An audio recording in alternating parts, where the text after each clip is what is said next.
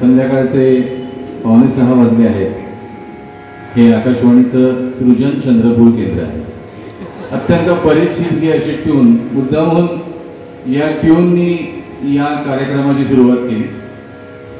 कारण बहुधा जे 40च्या पार असणारे जे काही लोक असतील त्या सर्वांची सकाळ बहुतेक वेळा याच ट्यूनने झालेली आहे. कारण आधी घरोघरी रेडिओ असायचा आणि सगळं म्हणजे खेड्यात जर असेल तर कोंबड्याचा आवाजाचा तरी आवाज यायचा आणि शहरामध्ये मात्र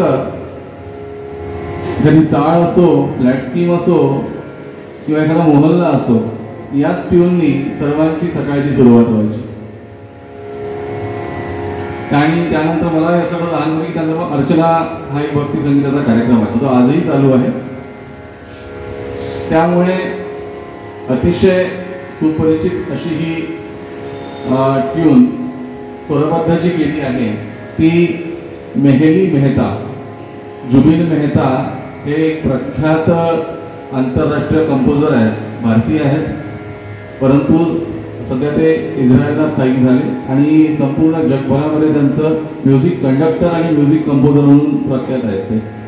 तर त्यांचे वडील होते मेहली मेहता, यांनी ही स्वरबद्ध केलेली आहे. तर आज ह्या अशाच गुरु आणि शिष्यांच्या व्हायोलिन वादनाच्या मैफिलीत आपल्या सर्वांचं मनपूर्वक स्वागत. मातीत बीज पेरल्यावर फुटतो त्याला अंकुर, येते पिटुकले पिटुकले झाड त्या मातीच्या गर्भात, होते हळूहळू मोठे ते पिटुकले पिटुकले झाड, वाढते हळूहळू सूर्याच्या दिशेने ते झाड.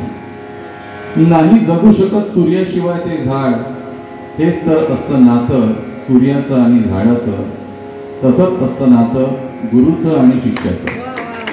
नसतं त्याला अस्तित्व गुरुशिवाय खास, म्हणूनच असावा गुरु आयुष्यात खास.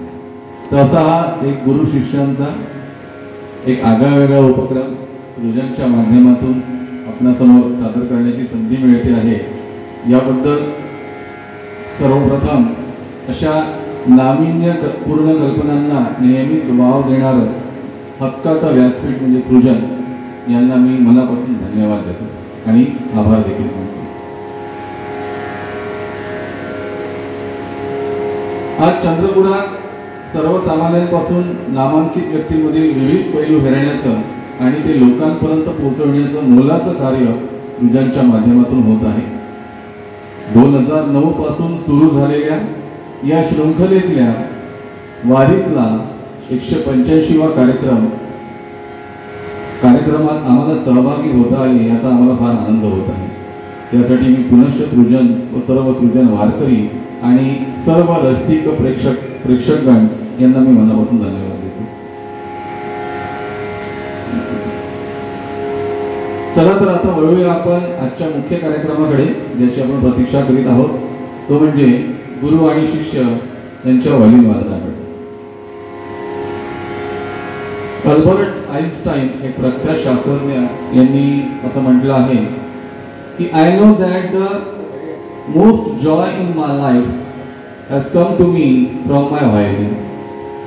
अल्बर्ट आइन्स्टाईन एक फार सुंदर व्हायोलिनिस्ट होते. असं म्हणतात की कुठल्याही ज्याच्यामध्ये सृजनशीलता आहे, ज्याच्यामध्ये काहीतरी नाविन्यपूर्ण करण्याची शक्ती आहे, त्याला कुठली तरी कला ही यायला हवी. कलेमुळे तुम्हाला मानसिक बळ मिळतं, एक तुमची सृजनशीलता वाढवण्याला शक्ती मिळते. त्यामुळे कुठली तरी कला ही असायला हवी. थोडं व्हायोलिनच्या इतिहासाकडे वळतो. मुळात आजचा कार्यक्रमच हा व्हायोलिनला समर्पित असल्यामुळे थोडी व्हायोलिनबद्दल माहिती देतो. थोडं माझं सहन करून घ्या. तर व्हायोलिन हे वाद्य किंवा व्हायोलिन हे या वाद्याला नाव हे 16व्या शतकात इटली या देशात प्रचलित झालं. यांच्या प्रारंभिक निर्मात्यांमध्ये गॅस्पर सालो गियोवानी, पायोलो मेगिनी ही उल्लेखनीय नावे आहेत.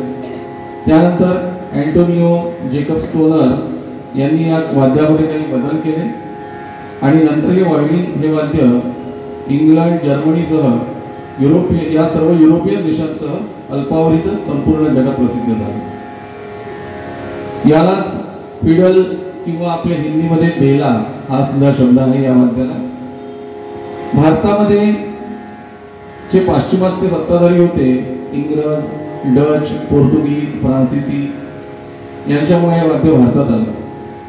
सुरुवातीला याचा वापर पाश्चिमात्य संगीत वादनाकरता व्हायचा, परंतु 19व्या शतकाच्या सुरुवातीला कर्नाटक येथील प्रख्यात संगीतकार बालुस्वामी दीक्षिता यांनी प्रथम हे वाद्याला त्यांना कुतूहल वाटलं, कौतुक वाटलं आणि ते शिकण्याकरता त्यांनी सर्वप्रथम पाश्चिमात्य व्हायोलिन वादनाचे धडे गिरवले आणि त्याचं टेक्निक कळल्यानंतर त्यांनी त्यावर भारतीय संगीत वाजवण्यास सुरुवात झाली आणि तेव्हापासून भारतीय संगीतामध्ये व्हायोलिनचा जो वापर जो सुरू झाला तो बालुस्वामी दीक्षिता यांच्यामुळे.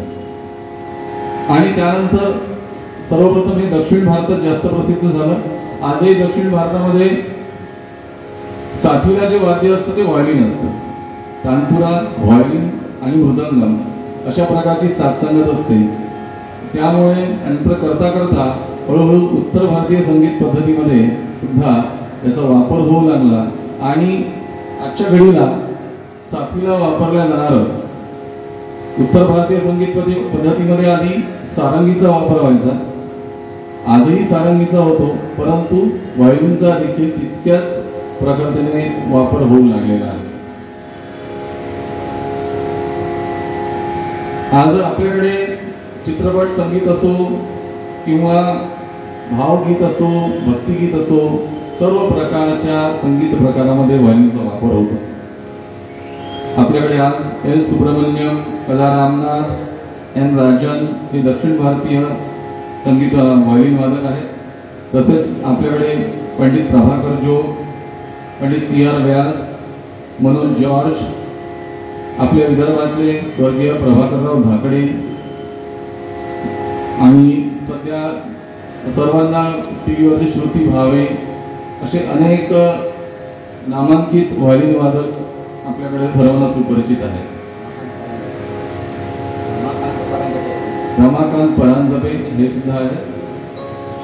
तर अशा या वाद्याची थोडी टेक्निक किंवा टेक्निकल माहिती किंवा या वाद्याला काय म्हणतात, तार कुठल्या स्वराचे असतात, मुळात एक तंतुवाद्य आहे. सर्वांना कुतूहल असतं. फार गोड वाद्य आहे, दिसायला देखील सुंदर आहे, वाजवायला तितकंच कठीण आहे. तर ते कसं असतं, काय असतं, मी थोडाफार सुरुवातीला शिकण्याचा प्रयत्न केला होता, परंतु हे वाद्य शिकण्यासाठी फार चिकाटी लागते. तर ती चिकाटी कदाचित माझ्यात नसेल, त्यामुळे मी तेव्हा सोडून दिला. ती आता माझ्या मुलात आली आणि त्यामुळे आता गेले 5 वर्ष झाली शिकतोय. तर अशा या वाद्याची टेक्निकल माहिती, कुठल्या भागाला काय म्हणतात काय नाही, ही आजचे गुरुवर्य श्री जयंत देऊरकर माझे वडील हे करून देतील अशी मी त्यांना विनंती करतो. नमस्कार. व्हायोलिन मुळात ते पाश्चिमात्य वाद्य आहे.